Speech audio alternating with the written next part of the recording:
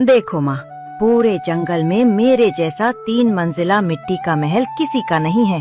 तुम अब बूढ़ी और बीमार हो चुकी हो। ऊपर की मंजिलों की शान सिर्फ मेरे और गोरी के लिए है। तुम चुपचाप इसी नीचे वाले कमरे में पड़ी रहो।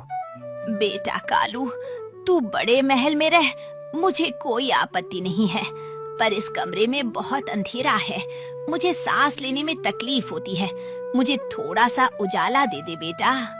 अरे ओ बुढ़िया, ज्यादा नखरे मत करो। इतना बड़ा मिट्टी का घर बनाने में कालू जी के सारे पैसे लग गए हैं। तुम्हें छत मिल गई, यही बहुत है। अब चुपचाप सो जाओ और हमारी सुख शांति खराब मत करो। उसी पेड़ की दूसरी तरफ रानू चिड़िया और टुन्नू चिड़ा का एक छोटा और पुराना घोंसला था। तेज हवा के कारण उनके घोंसले की छत टूट गई थी, लेकिन रानू अपनी बेटी गुड़िया के साथ उस टूटे घर में भी खुश थी।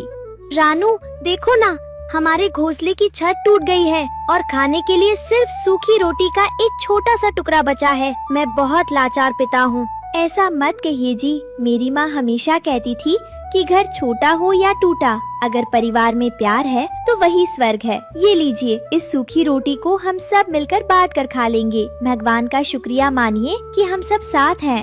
हाँ पापा, मुझे इस टूटे घोंसले में भी आपके और मम्मी के साथ बहुत मजा आता है। हमें बड़े महल की कोई जरूरत नहीं है।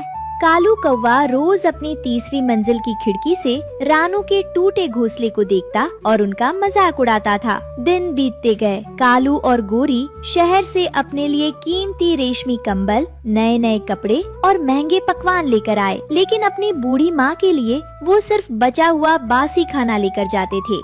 लो, ये रात की बची हुई सूखी रोटी खा लो। और हाँ, आज रात जरा धीरे खांसना। तुम्हारी इस बीमारी की खांसी से ऊपर हमारी दूसरी और तीसरी मंजिल की शांति खराब होती है।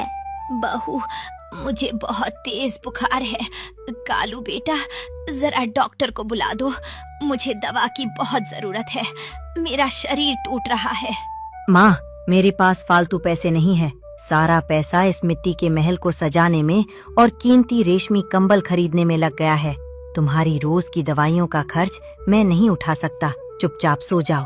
कालू अपनी बीमार माँ को तड़पता हुआ छोड़कर ऊपर अपनी तीसरी मंजिल पर आराम करने चला जाता।